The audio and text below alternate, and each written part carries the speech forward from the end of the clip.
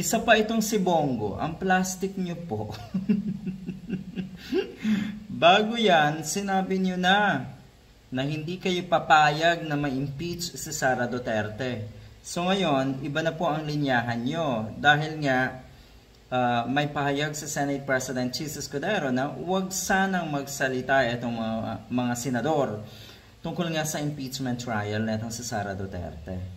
O ayan, kaya nagbago ng statement na naman itong si Bongo. At ngayon, ang kanyang gustong protektahan ay ang institution, ay ang Senado, katulad ni Bato de la Rosa.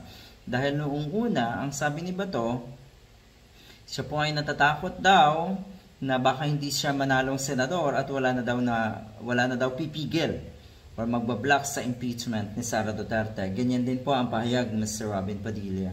So eto ngayon si Mr. Bongo naman. Kasi sabi niya, bagaman ayaw niyang or ayaw magkomento nga na si Bongo sa aspeto ng impeachment trial kay Sara Duterte, sinabi netong si Bongo na handa naman daw sila sa magiging takbo ng impeachment proceedings. Dapat talagang maging handa kayo. Pero ang tanong kasi, una pa lang, alam na ng taong bayan na kayo po ay magiging bias dyan.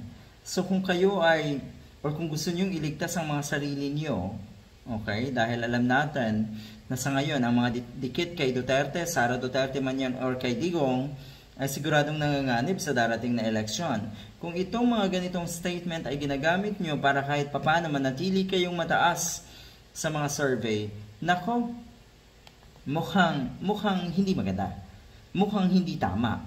Dahil kung ang unang statement nyo po, Mr. Bongo, ang pagbabasihan, katulad ni Bato, ay katulad ni Mr. Bato de la Rosa, kayo rin po ay nagkaroon na ng bias na judgment. Gusto nyong i-block ang impeachment ni Sara Duterte. Ang sabi ni Bongo dito, kung meron daw na ebidensya, edi doon daw siya magbabase sa kanyang desisyon. Pero kung wala, dapat daw ay 'di ba? Hindi ituloy, hindi dapat daw ma-impeach si Sara Duterte kung walang ebidensya. Talaga ba, Mr. Bongo, hindi mo alam na overwhelming ang mga evidences, dumaan sa tamang proseso at investigasyon, kaya nga nakapasa agad, kaya nga na-impeach agad si Sara Duterte sa mababang kapulungan? Good luck.